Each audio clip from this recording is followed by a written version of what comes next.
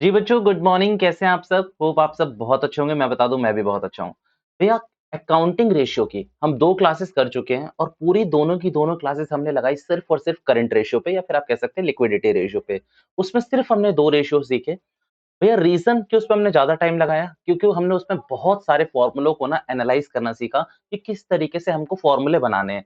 आप पता है कुछ भी भूल जाना, आप ना ये फ़ॉर्मूले मत भूलना, कुछ ये जो मैंने ये लिखवा रखे हैं ये सारे के सारे, देखो ये ना लिस्ट क्या है, बहुत बड़ी है, एग्ज़ॉस्टिव है, कितने भी लिखवा दूँ आप एक और फ़ॉर्मूला बना सकते हो एडिशन में। तो इसीलिए क्या आपको समझना पड़ेगा ओवरऑल कि भैया स्कोप क्या है फ़ॉर्मूलों का। और दूसरा ना, ये बैलेंस शीट मत भूलना, जो मैंने जो आपकी कंपनी से आपकी बैलेंस शीट होती है ना, उसको टी शेप में जो करवाया था, तो ये एक आइडिया देने के लिए अच्छा रहता है, आपको एक पंप देगा ये एग्ज़ाम में ना, याद रखने के लिए एक पंप मिलेगा आपको।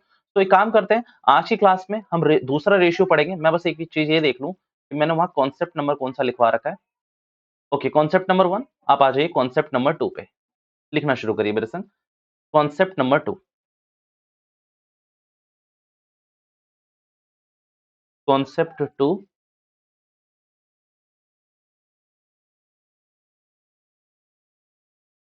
Solvency ratio. इसके ब्रैकेट में लिखिए long term solvency, long term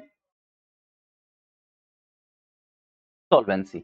इससे पहले जो आपने पढ़ा था वो था शॉर्ट टर्म सॉल्वेंसी। वो पूरा का पूरा रिलेट करता था भैया 12 महीने और इससे कम के लिए जो डिसीजंस लेने हैं, वो आप किससे ले सकते हैं, वो आप उस रेशियो पे ले सकते हैं, यानी कि करंट रेशियो या फिर आप लिक्विड रेशियो पे ले सकते हैं। बट अब मान लो आपको पीसीसी लिमिटेड में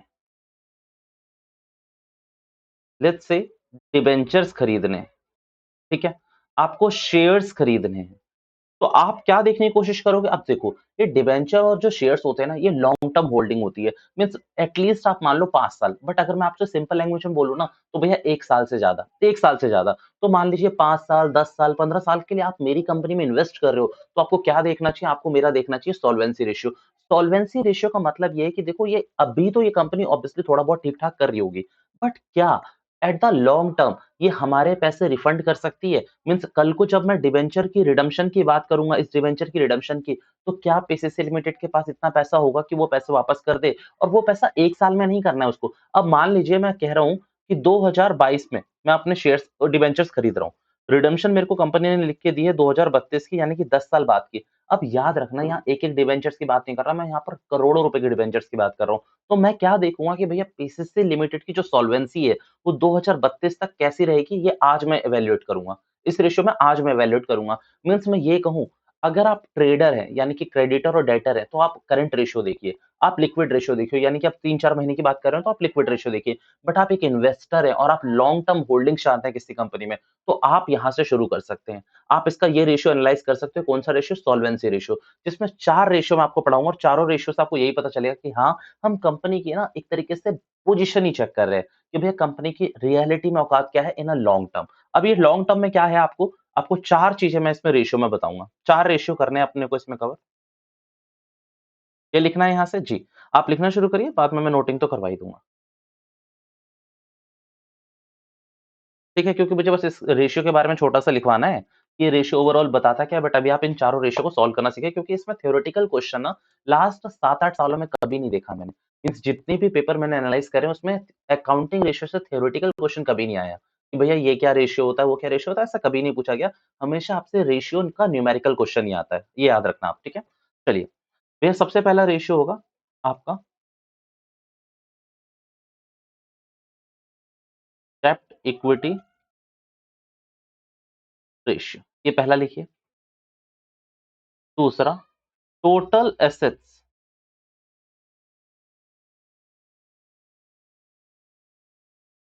टू डेब्ट रेशियो। तीसरा, प्रोप्राइटरी रेशियो। चौथा, इंटरेस्ट कवरेज रेशियो। और ये चारों इंपॉर्टेंट है, ये चारों के चारों इंपॉर्टेंट है, इसको अच्छे से याद रखना। तो टाइप 1 से शुरू करते हैं हम लोग।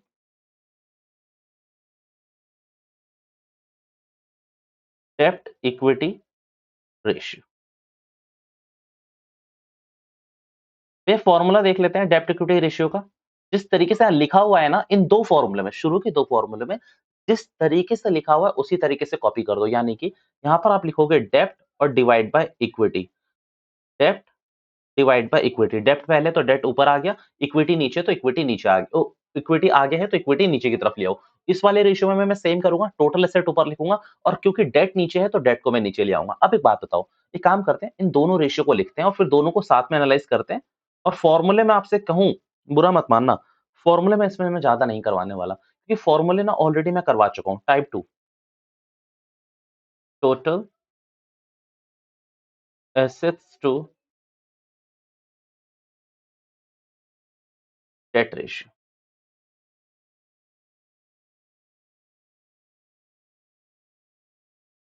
Total assets divide by debt. भैया पहले तो आप हमें ये बताइए कि डेट में क्या आता है? चलिए, ये आपने बिल्कुल सही बात करी कि आप पहले ये बताओ कि डेट में आता क्या है, फिर हम बात करेंगे। भैया बैलेंस शीट में ना मैंने आपको एक चीज़ लिखवाई थी एनसीएल। भैया what does it mean? Non current liability. मैंने आपको क्या लिखवाई थी? Non current liability. भैया प्लीज़ हमें दिखा दीजिए। ये देखिए, ये मैंने जो बैलेंस शीट बनाई थी, यहाँ मैंने लिखवाया हुआ है आपको भैया ये क्या है? Capital employed. ये सीई का मतलब यहाँ कैपिटल एम्प्लॉयड लिख रहा था और उसमें मैंने आपको क्या लिखवाया था? एनसीएल यानी कि नॉन करंट लायबिलिटी। अब अगर आप वैसे देखोगे ना तो नॉन करंट लायबिलिटी में आपकी 4 चीज़ें दिख सकती है आपको। भैया कौन-कौन सी बताएँगे? देखो 2 तो मैं आपको बता देता हूँ, long term borrowings, long term provisions, तीसरा आपको दिख सकता है डेफर्ड रेवेन्यू एक्सपेंडिचर और चौथा आपको दिख सकता है अदर लॉन्ग टर्म लायबिलिटीज़। ये 4 चीज़ आपको दिखती है। बट मैं आपसे कह रहा हूँ कि अकाउंटिंग रेशियो के तहत आप 2 को भूल जाओ। आप 2 को भूल जाना, आपको क्या-क्या याद नहीं रखना, आपको डेफर्ड सॉरी मैंने ना डेफर्ड रेवेन्यू एक्सपेंडिचर बोल दिया, deferred tax liability, deferred DTL जो होता है ना डेफर्ड टैक्स लायबिलिटी जिसमें हमने पूरी की पूरी वो चिंता भी करी थी, तो वो डीटीएल को भूल जाना आप। डीटीएल को हटा देना और किसको हटा देना? दूसरा आप हटा देना भैया अदर लॉन्ग टर्म लायबिलिटीज को। ये दोनों इसमें नहीं आएगी, सिर्फ 2 चीज़ों पे आपको ध्यान रखना है, long term borrowings and long term provisions. भैया लॉन्ग टर्म बोरोइंग्स में क्या आता है? बैंक लोन, भैया डिबेंचर्स जो 1 साल के बाद रिडीम होने वाले हैं, ऐसे लोन या फिर ऐसे डिबेंचर्स जो 1 साल, 2 साल बाद क्योंकि बाद रिडीम होने वाले हैं, यानी कि आपकी करंट साइकिल और या फिर ऑपरेटिंग साइकिल के बाद रिडीम होंगे, तो भैया वो लॉन्ग टर्म में आएँगे। भैया लॉन्ग टर्म प्रोविजंस में वही प्रोविजंस आएँगे जो आपके लॉन्ग टर्म बोरोइंग से लिंक होते हैं, तो इसीलिए हम इन दोनों को लेके चलते हैं। जैसे कि प्रीमियम ऑन रिडेम्पशन, जैसे कि प्रीमियम ऑन रिडेम्पशन को आप कहाँ दिखाओगे? भैया ये एक तरीके का प्रोविजन ही बना लेते हो ना, तो ये आपको कहाँ शो करना पड़ेगा भैया? लॉन्ग टर्म प्रोविजंस में ही आपको। तो याद रखना एलटीबी और एलटीपी यानी कि लॉन्ग टर्म बोरोइंग्स और लॉन्ग टर्म प्रोविजंस के अंदर जो भी आएगा वो मैं यहाँ पर डेट में लूँगा। किसमें लूँगा मैं यहाँ पर? डेट में। क्या-क्या बोल रहा हूँ मैं आपसे? भैया पहली हेडिंग लिखी मैंने एनसीएल और एनसीएल के अंदर भी मैं आपसे बोल सकता हूँ long term borrowing plus long term provision, सिर्फ ये 2 चीज़ें आएँगी आपकी, ये 2 चीज़ें आएँगी। भैया इक्विटी में क्या आएगा आपका? मैं आपसे सिंपल वर्ड में बोलूँ तो शेयर होल्डर फंड। भैया क्या बोल दिया मैंने? Share holder fund. भैया शेयर होल्डर फंड में क्या-क्या चीज़ आती है हमें बताओ? Share capital, reserve and surplus, फिर आता है money received against share warrants. बेटा वो यहाँ नहीं आएगा। मैंने आपको देखो पहले भी बोला था कि 2 चीज़ आपको इग्नोर करनी है। यहाँ पर आओ, शेयर होल्डर फंड में 3 चीज़ें आती हैं। भैया share capital, reserve and surplus और money received against share warrants. तो भैया वो तीसरा वाला बहुत कम देखने को मिलता है, money received against share warrants, तो उसको भी इग्नोर करना है आपको। और दूसरा ये एप्लीकेशन मनी पेंडिंग अलॉटमेंट, ये भी आपको कहीं नहीं दिखेगा रेशियो के क्वेश्चन में। हाँ, एग्जामिनर का दिमाग सनका तो आपसे पता है क्या कर सकता है? वो आपसे डायरेक्टली क्वेश्चन पूछ सकता है कि भैया एप्लीकेशन मनी पेंडिंग अलॉटमेंट को आप कहाँ शो करोगे बैलेंस शीट के अंदर? तो बस आपको बताना है कि भैया उसका कोई हेड नहीं है, वो खुद ही एक मेन हेड है। ऐसा आपको बस बताना पड़ेगा 1 या 2 लाइन में अगर वो डिस्क्रिप्टिव क्वेश्चन पूछता है आपसे, ठीक है? भैया 2 चीज़ें हमें क्लियर हो रही चाहिए यहाँ पर। डेट के लिए मैंने क्या बोला? एलटीबी यानी कि long term borrowings plus long term provisions, ये दोनों को मैं ऐड कर दूँगा, वो मेरा डेट है। निकालूँगा कैसे-कैसे वो अभी चैलेंज है, वो मैं देखूँगा क्वेश्चन के अकॉर्डिंग। भैया इक्विटी के लिए मेरे को क्या चाहिए? शेयर होल्डर फंड यानी कि share capital and reserve and surplus, इसके अलावा कुछ नहीं। यहाँ पर कई बच्चों का ये डाउट रहता है कि भैया क्या शेयर कैपिटल पे हमें सिर्फ इक्विटी चाहिए या प्रेफरेंस चाहिए? क्योंकि यहाँ तो सिर्फ इक्विटी लिखा है। ऑब्वियसली फॉर्मूले में इक्विटी लिखा है बट यहाँ पर इक्विटी प्लस प्रेफरेंस है। यहाँ पर प्रेफरेंस शेयर्स भी आपके इंक्लूड करे जाएँगे, mark my words, preference shares भी इंक्लूड करे जाएँगे। भैया यहाँ पर डेट क्या है? कौन-सा है? सेम यही वाला। भैया टोटल एसेट्स, यार टोटल एसेट्स तो आपको पता ही है ना, या तो टोटल लायबिलिटी का ले लो टोटल या फिर टोटल एसेट्स का ले लो। भैया अगर आप ऐसा बता रहे हो तो शायद ये ऐसा भी तो बोल सकते हो आप कि भैया एनसीए प्लस सीए। मैंने कहा क्या मतलब है इसका? Non current asset plus current asset. मैंने कहा बिल्कुल सही है। Non current assets plus current assets, ये भी बिल्कुल सही है। अब एक काम करें, इसका जो प्योर रेशियो होता है, जो भी चीज़ होती है वो हम देख लेंगे। पहले क्वेश्चंस करें कुछ। पहले क्वेश्चंस करते हैं फिर मैं आपको थोड़ी-सी नॉलेज देता हूँ इसमें, क्योंकि पता है टेक्निकली ना आपको क्वेश्चंस ही करने हैं, एनालाइज़ करना तो अभी आप नहीं सीखे हो इससे। अगर आप सोच रहे हो कि आप रेशियो से ही पूरी बैलेंस शीट एनालाइज़ कर सकते हो एज़ अ इन्वेस्टर ना, यार सीएफए की पढ़ाई ना बहुत टफ पढ़ाई है। चार्टर्ड फाइनेंशियल एनालिस्ट की पढ़ाई ना बहुत ही मतलब कहते हैं ना डिफिकल्ट पढ़ाई है। तो वो पूरा का पूरा जो उनका काम ही होता है ना, उनका काम ही होता है कि इन्वेस्टमेंट पर्पज़ से कंपनीज़ को एनालाइज़ करना, तब उसकी इन्वेस्टमेंट बताना। तो थोड़ा-सा वो है, भैया तो क्या हम कर नहीं सकते, आप ऐसा कहना चाहते हो? ना बाबा ना, मैं ऐसा भी नहीं कहना चाहता। मैं बस आपको बता रहा हूँ कि अभी आपका नहीं बनेगा इतना। Okay, debt to equity ratio पे आते हैं। क्वेश्चन नंबर फर्स्ट, वैसे तो आपको बोल देना चाहिए हम कर लेंगे, बट फिर भी टोटल एसेट्स बताई हुई है 260। ठीक है भैया। अच्छा, ये प्लीज ये फॉर्मूला यहाँ से कॉपी करने की जरूरत नहीं है। ये हिंट्स दे रखी है इन्होंने, बट आपको यहाँ से हिंट्स लेने की जरूरत ही नहीं है। भैया टोटल एसेट्स बताई गई है 2,60,000, टोटल डेट्स बताए हुए हैं 180, करंट लाइबिलिटी बताई हुई है आपको 20,000, डेट टू इक्विटी रेशियो निकालना है। भैया डेट टू इक्विटी रेशियो का फॉर्मूला होता है डेट अपॉन में इक्विटी। बिल्कुल सही है। अब कई बच्चे गधे यहाँ क्या करेंगे, यहाँ बोलेंगे अच्छा भैया कोई दिक्कत नहीं है, डेट तो हमें दे रखा है 180। ना बाबा ना, वो डेट नहीं है, वो टोटल डेट है। और टोटल डेट में आप समझो, मैंने डेट में वहां पर दो चीजें लिखवाई रखी है, अपन बैलेंस शीट खोलो, एनसीएल प्लस सीएल। तो एनसीएल और सीएल दोनों ही तो डेट है, दोनों ही डेट की हिंदी होती है उधार। डेट की हिंदी होती है उधार। अब डेट की हिंदी उधार होती है, तो वो एनसीएल में भी हो सकता है, सीएल में भी हो सकता है। तो टोटल डेट का यहाँ मतलब है NCL plus CL. Total debt का यहाँ मतलब है एनसीएल प्लस सीएल, और अपने को कौन सा वाला डेट चाहिए होता है, एनसीएल वाला। तो एक काम करते हैं, यहाँ टोटल डेट में से, यहाँ पर टोटल डेट में से हम यहाँ पर जो सीएल दे रखा है ना, इसको हटाते हैं और मेरा एनसीएल आ जाएगा, या फिर आप कह लीजिए डेट आ जाएगा सिर्फ, जो मुझे इस क्वेश्चन में चाहिए। तो भैया ये डेट निकालने के लिए मुझे क्या करना चाहिए, 180 में से 20 को हटा देना चाहिए, और 1,60,000 रुपए का तो मेरा डेट आ गया, ये मुझे ऊपर से पता चल गया कि ये 160 है। भैया इक्विटी क्या होगी मेरी, प्लीज बता दीजिए। अब इक्विटी समझो, यहाँ पर अगर आप सोच रहे हो कि टोटल एसेट्स 260 है, मेरी बैलेंस शीट बनाओ भैया, मेरी बैलेंस शीट बनाओ मतलब, अरे नाले को जो मैंने सिखाई थी, तो यहाँ पर टोटल कितना था भैया आपका, ये 260 दिख रहा है ना, और ये भी कितना हो गया आपका 260। अब एक बात समझो, यहाँ पर होता है एनसीए, सीए, यहाँ पर क्या होता है, शेयर होल्डर फंड, एनसीएल और सीएल। भैया 4 चीज़ें होती हैं, मैं मार दूँगा चार्टा। Share application money pending allotment को इग्नोर करना है अपने को, ठीक है? तो यहाँ पर share holder fund, NCL plus CL. अब एक बात बताओ, ये दोनों चीज़ें आपको पता है नहीं पता? भैया ऑब्वियसली पता है। अब यहाँ से देखो तो एनसीएल 160 है, और भैया सीएल आपका कितना है 20, या फिर मैं ये कह दूँ 180 आपका डेट दे तो रखा है। अब एक काम करो ना, अगर 260 में से अगर आप 180 माइनस कर दो, दोबारा से, भैया एक तो पेन चेंज करने दो। भैया 2,60,000 में से अगर आप लोग 180 माइनस कर दो, तो यहाँ पर जो 80,000 आएगा, वो भैया मेरा शेयर होल्डर फंड ही होगा। ये मैं बैलेंस शीट से निकाल रहा हूँ। भैया देखो, टोटल एसेट्स का जो टोटल होता है, वो टोटल लायबिलिटी का टोटल हो जाएगा।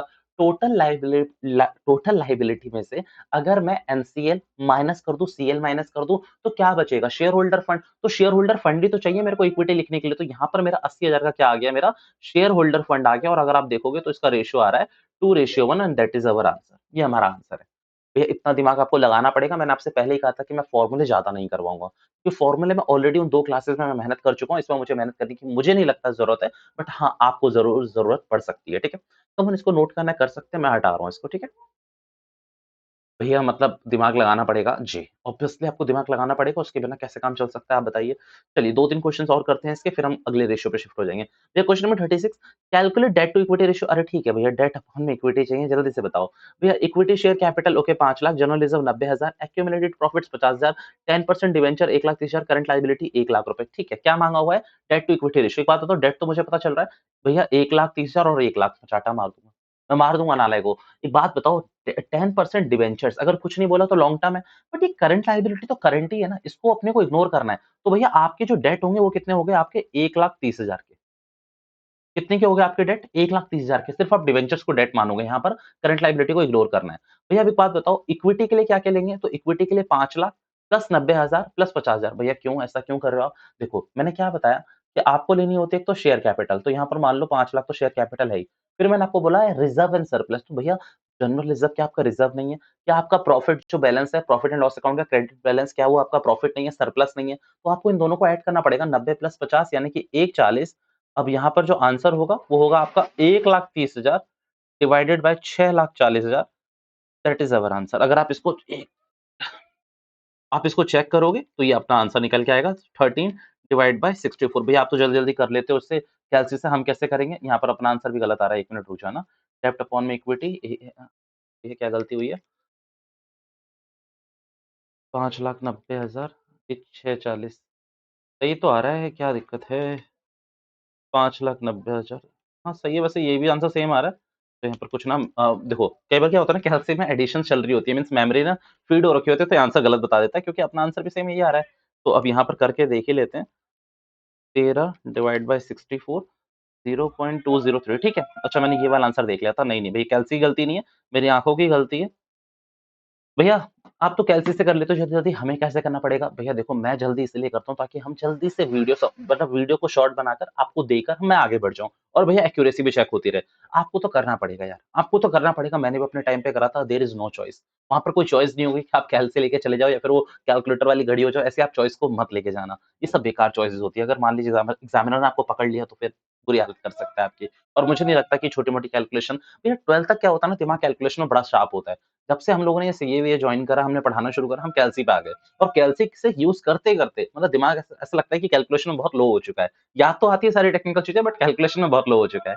ओके भैया हटाते हैं इस क्वेश्चन को भी। ये question number 37 from the following information calculate debt to equity ratio come on एक बार आपको मुझे लगता है कि मुझे म्यूट करके आप खुद करना शुरू कर दो।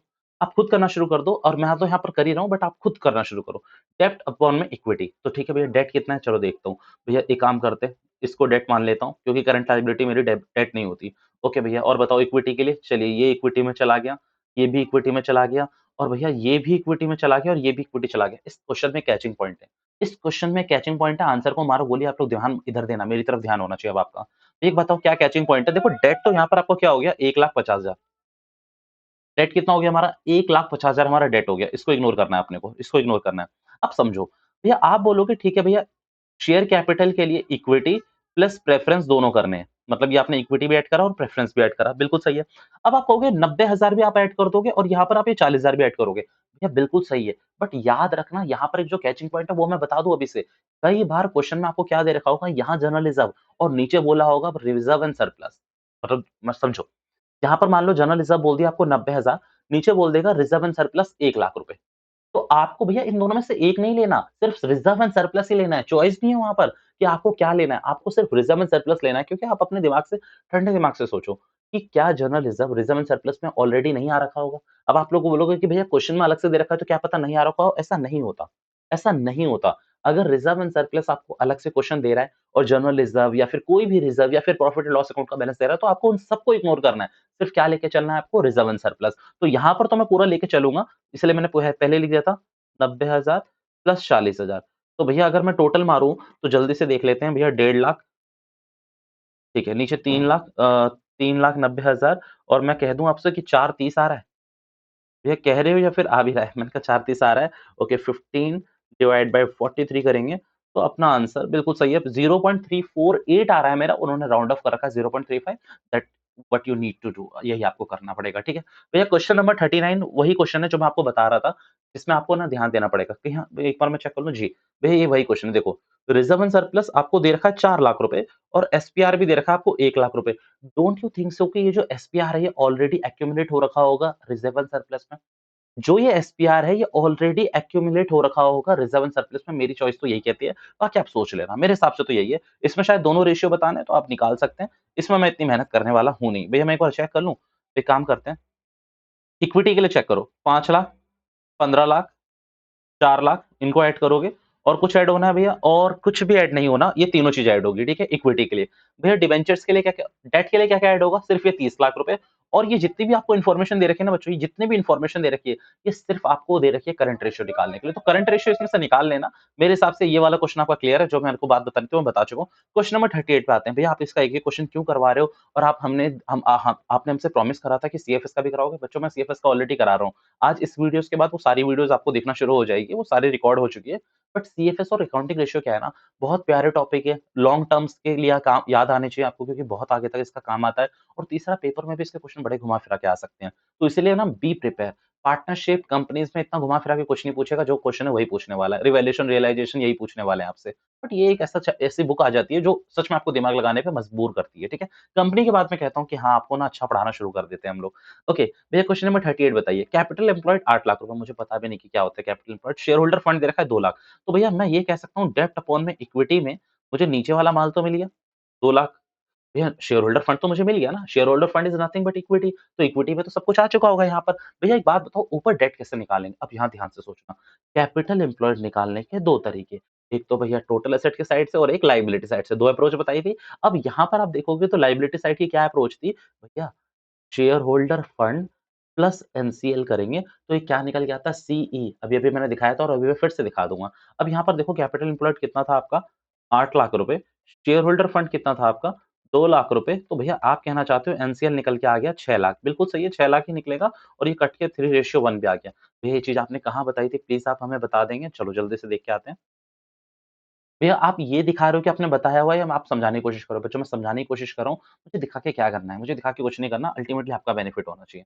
ओके, कम ऑन जल्दी से देखना। देखो, ये शेयर होल्डर फंड है, ये सीई है। तो भैया ये सीई मैंने यहाँ पर कैपिटल एम्प्लॉयड के लिए ही लिखी थी ये दोनों चीज़ें। तो इन दोनों को ऐड कर दिया तो भैया मेरा क्या आ गया? मेरा कैपिटल एम्प्लॉयड आ गया। भैया नीचे क्या आपने इसका फॉर्मूला लिखवाया हुआ है? हाँ बाबा हाँ, ये देखो equity plus preference but equity employed में मैंने शेयर होल्डर फंड एनसीएल दूसरे अप्रोच में क्या लिखाया था? टोटल एसेट्स में से करंट लायबिलिटी माइनस करो। भैया तीसरे अप्रोच में क्या लिखा था? NCA plus CA minus CL. ये सारे फॉर्मूले आपको मैंने अलग-अलग तरीके से बता दिए थे, जो आपकी बुक में बड़ी हौच-पौच करके दे रखे हैं। आई मस्ट से मतलब बहुत इलैबोरेट कर के दे रखे हैं, जो आप पढ़ने भी नहीं वाले हो कभी। तो इसीलिए यहाँ से कर लेना इसको कॉपी। चलिए, भैया इसके बाद और कौन-सा क्वेश्चन दे रहा है? देखते हैं। इसके बाद जिस क्वेश्चन में आप अटकोगे मेरे ख्याल से आप अटकोगे तो नहीं अब इसके बाद किसी क्वेश्चन में बट हाँ, ये वाला क्वेश्चन एक बार 44 देख लेते हैं। बच्चों देखो, ये क्वेश्चन मैं इग्नोर करा रहा हूँ सारे के सारे 43 क्वेश्चन नंबर 42 ये आपको खुद ध्यान देना है क्योंकि पता है एक नोट ना मैंने इसके लिए भी लिखवा रखा है जहाँ पर हमने गलती भी करी थी। अच्छे से याद करना, जहाँ पर हमने गलती भी करी थी कि अगर सेम रेशियो में बढ़ रहा है तो क्या होगा, सेम रेशियो में घट रहा है तो क्या होगा? तो प्लीज़ एक बार ना उस नोट को देख लेना। भैया मैं दिखा देता हूँ ये वाले, ये सारे। ये प्लीज़ एक बार देख लेना। ये और इसके ऊपर मैंने कुछ और लिखवाए थे, ये 4 हो गए और इस 4 के बाद ऊपर-ऊपर माइट यस, ये वाले, ये वाले, ये देख लेना जिसमें मैंने छोटे-छोटे इफेक्ट्स लिखवाए थे मीन्स इसमें ये सिंगल इफेक्ट लिखवाए हुए हैं मैंने और ये डबल इफेक्ट है, ये डबल इफेक्ट है, ठीक है? और इस डबल इफेक्ट के नीचे ना मैंने आपको एक वो भी लिखवाई हुई है एक्सेप्शन ये भी अच्छे से देख लेना। तो भैया यहाँ पर तो मैंने सीए और सीएल का लिखा है, आप कोई भी रेशियो पकड़ लो ना वो सेम रिएक्ट करेगा, nothing to worry about it कुछ भी इसमें आप बदलने की ज़रूरत नहीं है। बस हाँ, यहाँ सीए, सीएल है तो आपके दिमाग में जैसे मान लो यहाँ डेट लिख लेना सीए की जगह, सीएल के बदले में इक्विटी लिख लेना, खत्म कहानी, ओके? भैया एक काम करते हैं, लास्ट क्वेश्चन इस रेशियो का देखते हैं और फिर हम आगे बढ़ जाएँगे इस रेशियो में, ठीक है? क्वेश्चन नंबर 44 तो एक बात बताइए, क्या निकालना है? डेट टू इक्विटी रेशियो निकालना है अपने को, ठीक है? Okay, debt to equity ratio निकालने के लिए भैया डेट चाहिए और इक्विटी चाहिए। अब डेट तो यहीं से कॉपी कर लो भैया 2.5 लाख रुपए, भैया क्योंकि नीचे कोई रेशियो दे नहीं रखा। तो यहाँ पर आपने 2.5 लाख रुपए पूरा का पूरा डेट कॉपी मार लिया। अब इक्विटी के लिए क्या करने वाले हो वो ध्यान से देखो। तो इक्विटी के लिए देखो, आपने क्या लिया? इक्विटी शेयर कैपिटल भी लिया, आ रहा हूँ 1 मिनट। या आपने प्रेफरेंस शेयर कैपिटल भी लिया, इन दोनों को ले लिया 10 लाख और ये भी ले लिया आपने कितना 2 लाख। भैया पूरा लेना पड़ेगा ना, तो ये आ गया आपका 12,40,000 12,40,000 चलो जल्दी से करके देख लेते हैं 2.5 लाख डिवाइड बाय 12,40,000 इसका कोई रेशियो तो नहीं दे रखा 0.2016 रेशियो 1 ये आपका आंसर आ रहा है, मुझे 1 मिनट दो। जी, तो कहाँ पर थे हम? 0.2016 ये हमारा कैल्सी का आंसर आ रहा है और इन्होंने राउंड ऑफ करके 0.20 दे रखा है, ठीक दे रखा है ना? 0.2 दे रखा है, अगर 0 को ले भी लोगे तो भी क्या फ़र्क पड़ता है? तो इन्होंने 0.2 रेशियो 1 दिया है, मीन्स अपना यही आंसर सीधा-सीधा आएगा। बट हाँ, ये क्वेश्चन देने के पीछे ना एग्ज़ामिनर का मुझे सिर्फ़ एक लॉजिक लगता है। एक तो अगर वो बैलेंस शीट दे रहा है, तो वो 2-3 अलग-अलग रेशियो निकलवा सकता है अलग-अलग ग्रुप से। जैसे कि वो आपसे यहाँ से बोल सकता है कि करंट रेशियो बता, वो आपसे बोल सकता है total assets to debt ratio बता, वो आगे जाकर आपसे कुछ और रेशियो पूछ लेगा, तो आपको कन्फ्यूज़ करने के लिए वो बैलेंस शीट ही देने की ज़्यादा कोशिश करेगा। क्योंकि पहली बात तो उसके यहाँ पर 2-3 फ़ायदे हैं, वो 2-3 क्वेश्चन पूछ सकता है, आपकी बैलेंस शीट की नॉलेज को चेक कर सकता है और तीसरा आपका कॉन्फिडेंस तो ऑलरेडी चेक हो ही जाएगा इस क्वेश्चन पे, ठीक है? भैया एक बात बताइए इसका प्योर रेशियो भी बता रहे हैं, पहले काम करते हैं total assets to debt ratio के भी क्वेश्चन निपटा ही लेते हैं, फिर हम इसकी बात कर लेंगे कि इसमें क्या लिखना चाहिए और क्या नहीं, ठीक है? आइए, total assets to debt ratio भैया बहुत ईज़ी है, बेहद ईज़ी क्वेश्चन्स हैं इसके भी और इसके क्वेश्चन्स भी मेरे ख्याल से ज़्यादा नहीं है, 7-8 क्वेश्चन्स हैं, ठीक? हो जाएँगे, ऑलरेडी हो जाएँगे। भैया बस दिमाग वही लगा के रखना कि आपको करना है। ओके, भैया फ़ॉर्मूला बता दो एक बार, ठीक है। भैया टोटल ओहो! मैं क्या लिख रहा हूँ, क्या बोल रहा हूँ? Total assets to debt ratio में ऊपर आता है टीए और नीचे आता है डेट, बस इतना याद रखना। Total assets divide by debt, total assets divide by debt, total assets divide by debt, ये याद रखना। अब एक बात बताओ, यहाँ पर मैं कराने की ज़रूरत भी तो नहीं पड़नी चाहिए। 770 डिवाइड बाय 4 लाख यानी कि अब मैं बोलूँ 770 डिवाइड बाय 400 तो भैया 1925 ये आपका आंसर आ रहा है। ये डायरेक्टली हो जाने चाहिए ऐसे क्वेश्चन। फिर क्वेश्चन नंबर 46 देखो, share holder fund 160 total date 360 current liability 4 lakh. अब ये मजेदार क्वेश्चन है। अब यहाँ पर आपको बैलेंस शीट अगर याद नहीं आ रही ना तो आपको भैया बहुत बुरा होने वाला है आप लोगों के साथ, ठीक है? तो अब यहाँ पर देखो ये फॉर्मूले कुछ नहीं है यार, ये फॉर्मूले कुछ भी नहीं है, वहीं से बने हुए हैं, उसी बैलेंस शीट से बने हुए हैं। अब एक बात बताओ, शेयर होल्डर फंड और टोटल डेट करूँ, तो भैया ये टोटल लायबिलिटी आ जाएगा। भैया कैसे? सुनो, दोबारा से balance sheet, share holder fund, NCL plus CL, NCA CA. अगर मैं यहाँ पर शेयर होल्डर फंड और ये दोनों को डेट बोला जाता है, इन दोनों को ऐड करूँ, तो भैया मेरा टोटल लायबिलिटी आ जाएगा और total liability is always equals to total assets. तो भैया मेरी एक प्रॉब्लम तो सॉल्व हो गई यहाँ से। मीन्स अगर मैं शेयर होल्डर फंड 61 और इसको ऐड कर दूं 360 को, यानी कि ये 360 और 60 4 20 5 20 ये आपका टोटल आ गया। तो मीन्स यहाँ पर जो मेरा टोटल एसेट है वो तो आ गया मेरा 5,20,000। भैया प्लीज दोबारा से बता देंगे? जी मैं रिपीट कर रहा हूँ। देखो भैया बैलेंस शीट में हमने क्या सीखा था कि अगर अपन एनसीए सॉरी अगर आप अपन एनसीए प्लस सीए को ऐड करें तो वो टोटल एसेट आता है। और अगर लायबिलिटी साइड में अगर हम share holder fund, non current liability plus debt को ऐड कर दे तो टोटल लायबिलिटी आ जाएगा। तो भैया यहाँ पर आपको देखो एसएफ दे रखा है share holder fund, total debt दे रखा है 360, तो 360 और 160 को ऐड करोगे तो 520 आएगा। 520 यानी कि मैं कह सकता हूँ कि आपका टोटल एसेट्स और टोटल लायबिलिटी का आ गया, आपका ग्रैंड टोटल आ गया। अब बात आती है डेट की, तो डेट के लिए देखो 360 में से 40 माइनस करना पड़ेगा। और प्लीज मुझसे मत पूछना रीजन क्या है, क्योंकि मैं ऑलरेडी बता चुका हूँ। जो सबसे पहला क्वेश्चन कराया था आज वो मैंने वही कराया था। तो 360 में से 40 माइनस करोगे तो आंसर विल बी 320। और भैया 52 डिवाइड बाय 32 कर लेते हैं, आंसर देख लेते हैं। तो 1.625 आ रहा है, दैट इज अवर आंसर। 1.625 वो हमारा आंसर है। भैया डिवाइड करते समय थोड़ा ना अपनी स्पीड कम कर लेना, क्योंकि वहाँ गलती कर सकते हो। होता क्या है 11 12 तो हम लोगों ने कभी डिवाइड ज्यादा करा नहीं है ना। और अगर आप मैथ्स के स्टूडेंट हो तो और भी नहीं, मैथ्स के स्टूडेंट नहीं हो तो और भी नहीं करा होगा। तो इसीलिए थोड़ा सा वहाँ पर स्पीड को लो करके अच्छे से कर लेना, क्योंकि परफेक्शन चाहिए। जब यहाँ तक परफेक्शन दिखाओगे तो वो भी चाहिए। भैया एक बात बताइए, आप जो ये करवा रहे हो हमें फॉर्मूले तो लिखने पड़ेंगे ना गधो, ऑब्वियसली आपको फॉर्मूले लिखने पड़ेंगे। बट अगर आप नहीं भी लिखते हो तो भी कोई दिक्कत नहीं है। आप डायरेक्टली लिखते चले जाओगे ना तो भी आपका काम चलेगा। मीन्स फॉर्मूले नहीं लिख रहे, आप यहीं से काम चला लो ना अपना डायरेक्टली, कि जैसे टोटल एसेट्स के लिए मैंने क्या करा, share holder fund plus debt कर दिया। अब ये कोई फॉर्मूला थोड़ी है, ये मैंने यहीं से क्वेश्चन से उतार के लिख दिया। ऑल्दो ये फॉर्मूला बनेगा, ऑल्दो ये फॉर्मूला कनेक्ट होगा, बट कोई प्रेस्क्राइब्ड फॉर्मूले की लिस्ट नहीं है मेरे पास कि आपको ये लिखना चाहिए। जैसे कि ए प्लस बी का होल स्क्वायर होता है ना, A square plus B square plus 2ab, वो लिखना ही लिखना है, तो वो लिखने की जरूरत इतनी नहीं है। ठीक है, आपको डिराइव करने हैं फॉर्मूले। अकाउंटेंट खुद जानता है कि फॉर्मूले डिराइव करे जाते हैं अकाउंट्स में, बनाए नहीं जाते। भैया जैसे कि मैथ्स में भी ना पता फॉर्मूले पहले डिराइव ही होते हैं, तब जाके जब वो स्टैंडर्ड फॉर्म में आ जाते हैं तब आप याद करते हो। ठीक है, कम ऑन, इसको उतार लेंगे आप लोग, हटा रहा हूँ मैं इन क्वेश्चंस को। भैया ठीक है, भैया मजा आ रहा है आज तो। इजी क्वेश्चन है, इजी ही हैं सारे क्वेश्चन। ठीक है, जितनी मेहनत करनी थी वो आप ऑलरेडी कर चुके हो। क्वेश्चन नंबर 47 48, एक क्वेश्चन मेरा एक क्वेश्चन आप लोगों का, यानी कि 47 मेरा 48 आप लोगों का है। मैं देख लेता हूँ क्या 48 आप लोग कर सकते हो। जी बिल्कुल कर सकते हो, कैपिटल एम्प्लॉयड का क्वेश्चन है। आई बिलीव कि आप लोग कर सकते हो। कैपिटल एम्प्लॉयड का क्वेश्चन आप कर सकते हो शायद, सोचो सोचो। ये कैपिटल एम्प्लॉयड के लिए हम कर सकते हैं एसएफ प्लस एनसी। नहीं तो भैया आप शॉर्टकट बहुत यूज़ कर रहे हो इसमें। अरे यार share holder fund plus non current liability. अब यहाँ पर देखो, यहाँ पर टोटल डेट आपको दे रखा है और करंट लायबिलिटी भी दे रखी है। तो टोटल डेट में से अगर आप करंट लायबिलिटी माइनस करोगे तो that is nothing but NCL. वो कितना होगा आपका? 10 लाख रुपए आ गया आपका। क्योंकि 15 लाख में से अगर आप 5 लाख माइनस करोगे तो 10 लाख आ गया। और शेयर होल्डर फंड मुझे दे नहीं रखा, तो शेयर होल्डर फंड मेरा 1 मिनट में निकलेगा। ये देखो ये 15 लाख दे रखा है मेरे को। या शेयर होल्डर फंड मैं कह दूँ आप लोगों से कि 5 लाख है तो बुरा तो नहीं मानोगे? नहीं भैया बिल्कुल बुरा नहीं मानेंगे। और इस 5 लाख में अगर टोटल डेट ऐड कर दो, तो 20 लाख रुपए आपका टोटल एसेट्स आ गया। तो यहाँ पर आपकी 20 लाख तो भैया ऊपर वाली चीज़ आ गई। अब नीचे क्या चाहिए? डेट। तो भैया डेट 15 में से 5 माइनस करो तो 10 लाख आ गया।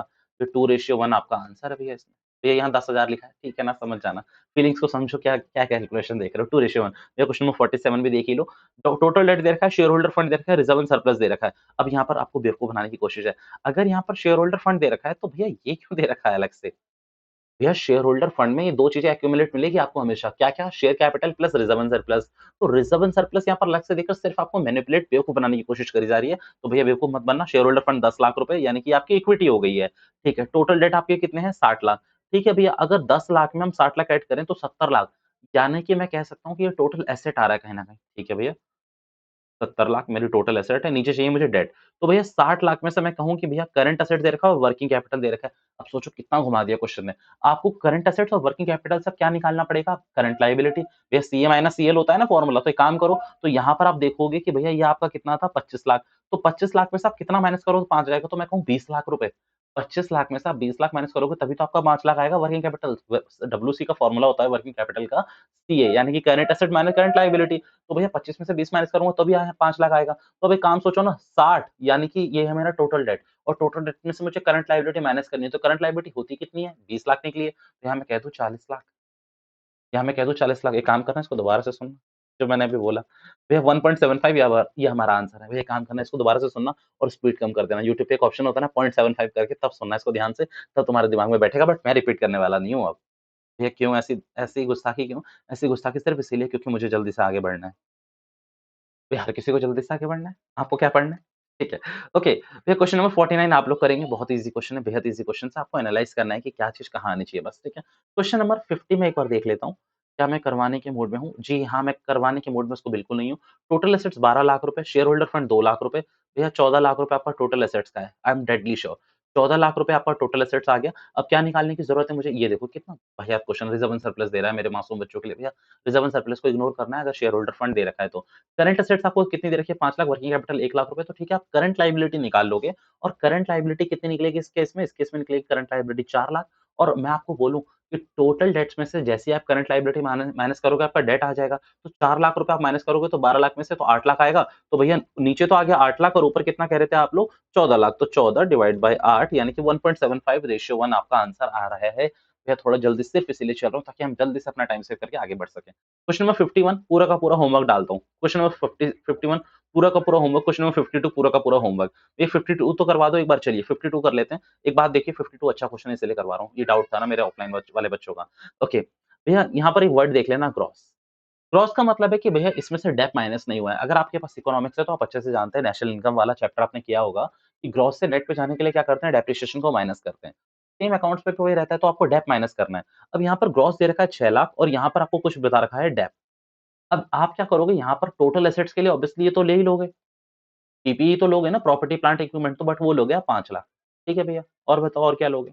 नॉन करंट इन्वेस्टमेंट लोगे आप 10,000। ठीक है भैया, और बताओ? करंट असेट्स लोगे आप लोग 2.5 लाख। ठीक है, अब करंट असेट्स आपने ले ही लिए तो और बीच में फालतू की करंट असेट्स मत लेना। Long term loans and advances लेना पड़ेगा। ये आता है ना ये? ओके भैया, करंट लायबिलिटी नहीं, लॉन्ग टर्म प्रोविजन नहीं। अब यहाँ देखो 5 लाख और ये 2.5 लाख कितना हो गया? 7.5 लाख। मैं कहूँ 8 लाख हो रहा है क्योंकि 40 और 10 8 लाख आ रहा है टोटल असेट्स आपका। 8 लाख मैं एक बार क्रॉस चेक कर लूँगा अभी।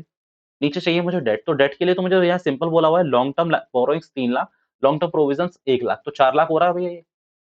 2:1 भैया यहाँ पर करंट लायबिलिटी क्यों दे रखी है? कन्फ्यूज़ करने के लिए। कन्फ्यूज़ करने के लिए। ठीक है? भैया बैलेंस शीट को अच्छे से एनालाइज़ कर लेना, तभी आप करना इस क्वेश्चन को, अदरवाइज़ मत करना इनको पहले से। ठीक है? भैया 2 रेशियो अपने अपन ने कर लिए, इसके बाद अपन को करना क्या चाहिए? भैया इसके ना मैं आपको क्या कर देता हूँ, मैं इसका प्योर रेशियो लिखवा देता हूँ क्योंकि मुझे ऐसा लगता है एग्ज़ामिनर का मूड घूमा तो वो पूछ सकता है। वो आपसे ना प्योर रेशियो पूछ सकता है कि क्या होना चाहिए? चलो बताओ।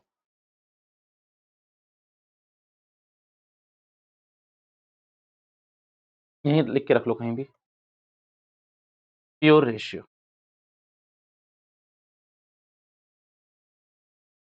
2:1।